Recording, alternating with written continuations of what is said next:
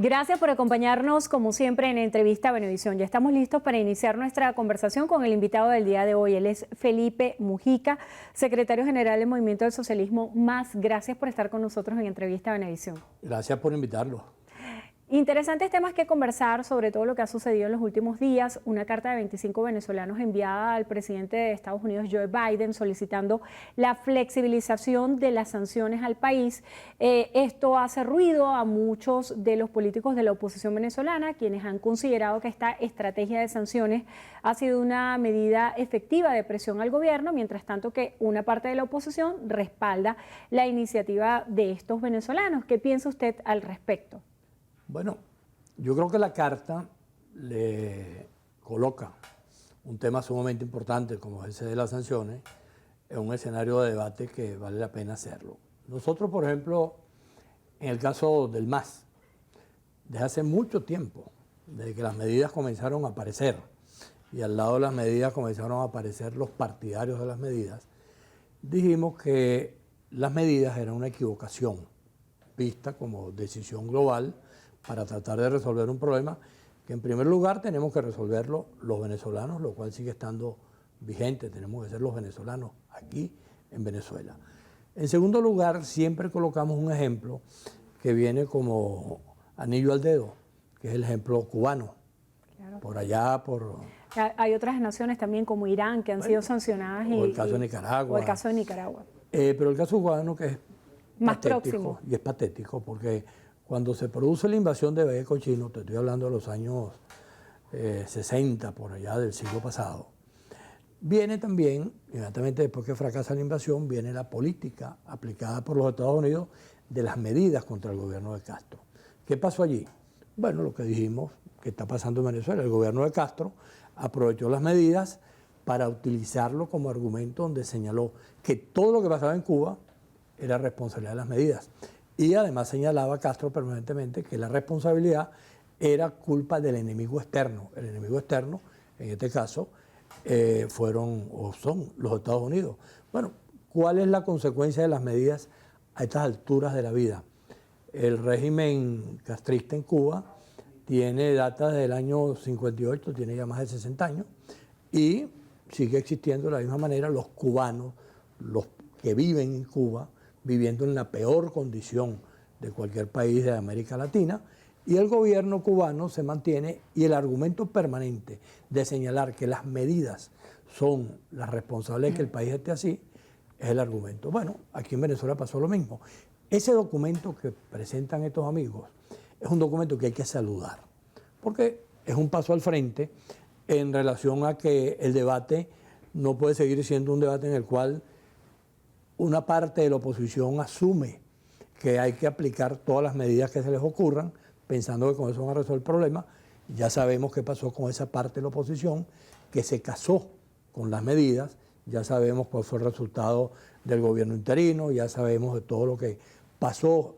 No lo voy a narrar porque no quiero perder mi tiempo en eso, y ya los venezolanos sabemos de qué se trata. El propio gobierno de los Estados Unidos sabe que las medidas como tales tampoco le sirven. Bueno, y vino una emergencia, vino el problema de la guerra entre Ucrania y Rusia, los Estados Unidos. ¿Eso cambia drásticamente el escenario de lo que pudiera suceder en Venezuela en los próximos días? Digamos que no lo cambia drásticamente, simplemente lo que abre es una posibilidad con nuevas de variables. Que una situación terrible, que es el cuadro económico, en donde conviven dos realidades. Una, el peor gobierno que hemos tenido en nuestra historia, lo cual no hay duda, convive con un conjunto de realidades que lo que hacen es fortalecerlo desde el punto de vista de su argumentación. Si aquí no existiese el campo de las medidas, Venezuela tendría un campo económico totalmente distinto. El gobierno no se pudiera estar valiendo de todos los argumentos que ha utilizado para justificar su desastre desde el punto de vista de su actuación en el campo económico. Recordemos que el gobierno se dedicó a expropiar, se dedicó a acabar de alguna manera con la industria petrolera, se dedicó a colocar al país en un mecanismo de control social, a tratar de que los venezolanos todos entonces dependieran de la bendita bolsa CLAC y de no sé qué cosa, y de los bonos que se le ocurre al presidente Maduro inventar cada vez que se le viene el caso, un invento de esa naturaleza. Todo eso es producto de esa combinación letal. El mal gobierno con una supuesta decisión de que con la medida se iba a resolver el problema. Y ya sabemos que no es así. Ese documento, en mi opinión, hay que respaldarlo, hay que acompañar la decisión que esos 25 venezolanos tomaron de plantearlo de la manera que lo hicieron, señalando que es necesario que se levanten las medidas, que se produzcan decisiones políticas que permitan que lo que comience a asomarse en Venezuela como producto del cuadro internacional pueda efectivamente cambiar la situación y que los venezolanos no es que nos propongamos que con ese problema se va a resolver lo que está pasando, no, el problema es mucho más profundo, pero es evidente que si nosotros mejoramos y superamos la calidad de vida que hoy tenemos en Venezuela, las posibilidades de que el país cambie, las posibilidades de que el país sea otro, se abren abiertamente porque simplemente el gobierno se quedaría sin la parte principal de su argumentación, que es que las medidas es lo que lo han llevado a ese punto. Hay una parte bien interesante de la misiva donde se hace un exhorto al gobierno de Estados Unidos y un llamado a que se hagan negociaciones sustantivas.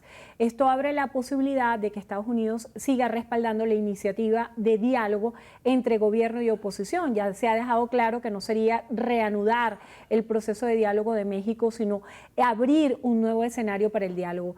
¿Qué piensa Felipe Mujica hace falta en ese nuevo escenario en cuanto a interlocutores, temas que se exponen y cuál debería ser la dirección teniendo antes otras experiencias de diálogo y que se pudiera avanzar, que sea una respuesta real para los venezolanos que ya de alguna manera están desmotivados con la política? Yo creo que el primer problema en términos de diálogo es que hay que ser coherentes con eso, coherentes de lado y lado, ¿no? El gobierno, por la boca del presidente de la Asamblea, dice que se va a replantear todo el escenario de diálogo, ¿no? Dice que el diálogo va a ser amplio, que va a participar todo el mundo, que va a convocar a la Iglesia, a Fede Cámara, a todos los partidos políticos, etc. Y 2 días después de una declaración diciendo que no se va a sentar a dialogar con narcotraficantes. Ya sabemos a qué se está refiriendo. Entonces, no puede ser que las dos cosas convivan. O tú convives con el discurso de la amplitud, de cero exclusión, de que el diálogo sea verdadero, de que el diálogo sea entre venezolanos fundamentalmente, para que los venezolanos podamos construir la solución. Eso no quiere decir que no haya sectores amigos en el campo internacional que respalden el diálogo, que ayuden, que acompañen y que permitan que eso se haga. Uno de los peores errores que se ha cometido aquí es pretender que el diálogo no depende de los venezolanos, sino que depende de los americanos o depende de los siempre rusos, ubicando afuera la solución. Siempre buscando que no solamente sea que el debate se haga afuera, porque perfectamente tú puedes hacer la reunión en cualquier parte, pero la solución tiene que estar construida entre venezolanos. Y para eso hay que hacer un diálogo no excluyente, en primer lugar.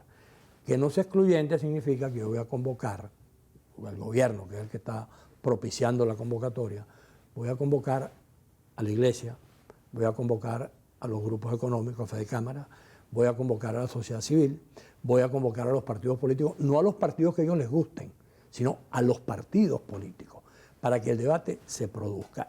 Esa es la parte que tiene que ver con el gobierno. Y en la parte de la oposición es imprescindible, si efectivamente el gobierno decide hacer el diálogo no excluyente y convoca 12, 15 partidos de la oposición, esos 12, 15 partidos de la oposición estamos obligados a reunirnos previamente para no poner la torta, para no llegar entonces a la reunión y después que estemos en la reunión el gobierno diga, fracasó el diálogo. ¿Pero por qué? Porque los partidos opositores no se pusieron de acuerdo. Eso hay que evitarlo y hoy estamos frente a una realidad donde cada sector opositor tiene una opinión distinta. Bueno, lamentablemente las cosas han llegado allí, pero eso no quiere decir que no se arreglen. Y una buena oportunidad, por cierto, sería si el gobierno convoca a ese diálogo de esa manera, es que todos esos sectores convocados nos sentemos en una mesa, puede ser como esta, o puede ser redonda o cuadrada, como sea, rectangular, en la cual nos veamos la cara, nos demos la mano y empecemos por reconciliar la oposición para después ir a buscar la reconciliación en la sociedad venezolana en los diálogos con el gobierno. Mujica, usted ha dicho varias cosas importantes. Ha señalado que la argumentación de las sanciones es la justificación perfecta para el gobierno acerca de la crisis económica, pero también ha dado declaraciones donde dice que la división de la oposición es una de las grandes fortalezas del gobierno. Ya se han planteado distintas alternativas, la ruta de unas primarias de cara al 2024, se habla de consenso. ¿Qué hace falta para que la oposición venezolana se amalgame y se forme una estrategia política coherente de aquí al 2024? Porque el tiempo pasa. Yo creo que está claro una cosa que tú acabas de decir. La principal política del gobierno en relación a la oposición es dividirla, porque al dividirla se convierte en la práctica en su gran aliado. La máxima divide y vencerás. Bueno, divide y vencerás, por supuesto, que es viejísima, la están aplicando aquí hoy. Si tú revisas lo que acaba de pasar en las últimas elecciones de gobernadores, te vas a conseguir con un dato numérico donde el gobierno, cuando tú totalizas todos los votos opositores, el gobierno es minoría. Cuando vas un poquito más allá y averiguas qué pasó con el que llegó segundo o llegó tercero y sumas a los dos opositores, al que llegó segundo y llegó tercero, y resulta que suben de primero. Eso hoy hubiera permitido ganar 17 gobernaciones en todo el país que no se ganaron, producto de esos errores opositores. Se ganan en 4. ¿Por qué se ganan en 4? Cuando tú revisas los resultados te vas a dar cuenta que el nivel de participación que hubo en Nueva Esparta, que hubo en Cogede, que hubo en el Zulia y después en Barinas fue superior, lo cual quiere decir que ahí también hubo una corrección de parte de la población, de parte del ciudadano, porque el problema no solamente es los errores de los políticos, que es una parte del problema que hay que resolver. Hay una parte también que es verdad, que son los errores que comete el ciudadano cuando dice yo me quedo en mi casa, yo no voto. Pero también atendiendo un llamado de líderes políticos que han desvirtuado el voto como una herramienta de poder. Cabe destacar, en defensa del ciudadano. El voto está desvirtuado desde los dos campos. Lo desvirtúan los políticos cuando argumentan en contra de la manera que lo han hecho equivocadamente, que menos mal que cada día hay mayor número de rectificaciones en relación a eso, pero también el que le hace caso. Yo lo he puesto 1000 veces de ejemplo y te lo vuelvo a poner. Yo tengo muchos amigos abstencionistas y yo les digo, mira, pana, vamos a hacer lo siguiente. Vamos a vernos mañana, después de las votaciones, para que me digas qué paso damos. Y siempre me embarcan a desayunar, a almorzar, a tomarme un whisky. Siempre me embarcan porque saben que después de la abstención no hay camino. Hablando de embarques, muchos se han sentido embarcados con la convocatoria a la Asamblea en cuanto a la designación de los nuevos magistrados. Se han dado varias fechas. Se ha dicho la semana pasada, se habla de que esta semana sí definitivamente se convoca la sesión, pero si revisamos el orden del día no está expuesto ese punto aún. ¿Qué pasa con la designación de los magistrados en la Asamblea Nacional? ¿Por qué no ha ocurrido? Bueno, eso forma parte también de una realidad que en Venezuela tenemos hoy. Cuando hablamos de la oposición siempre hablamos de varias oposiciones. Yo creo que ahora en el campo del gobierno también hay que hablar de varios sectores en los cuales está dividido el gobierno.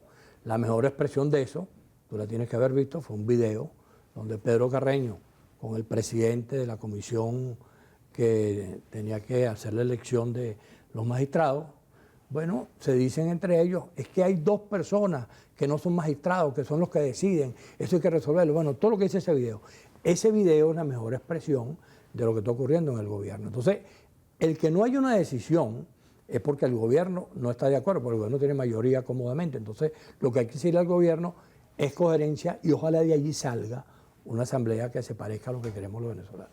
Se nos agotó el tiempo, Mujica. Hablando del congreso que tienen del MAS la próxima semana, brevemente, ¿qué debe decir? No es un congreso, es la convención extraordinaria, que forma parte de una convención, que es la 15ª que vamos a hacer. Esta la vamos a hacer la semana que viene en el Colegio de Ingenieros, 28, 29 y 30. Y después, seguramente en el mes de julio, vamos a hacer la otra, que es la convención, digamos, normal, la 15ª convención. Forma parte de un proceso que hay que cumplir estatutariamente. Se van a aprobar un conjunto de temas en la discusión y después vamos a proceder a elegir democráticamente, como siempre lo hemos hecho, las autoridades regionales y nacionales del MAS en función de las necesidades que el país tiene. Gracias por estar con nosotros en Entrevista a Venevisión. Gracias a ustedes. Pues. Felipe Mujica, secretario general del Movimiento del Socialismo MAS. Gracias por estar con nosotros en Entrevista a Venevisión. Hacemos una breve pausa. Al regreso, más de Noticiero Venevisión. Quédense allí que ya venimos.